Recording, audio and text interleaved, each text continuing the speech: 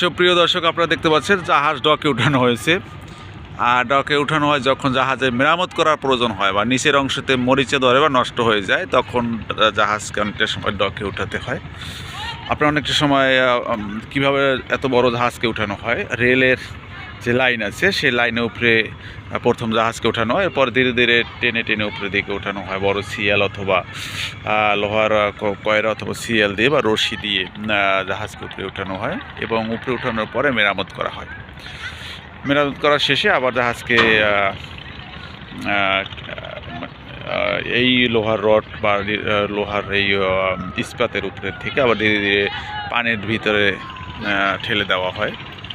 আপনারা দেখতে পাচ্ছেন জাহাজগুলো। এটি একটি ডকইয়ার্ডের মেশিন অথবা লোহার শিকল দিয়ে আর কি এটা টেনে টেনে উপরের দিকে উঠানো হয়।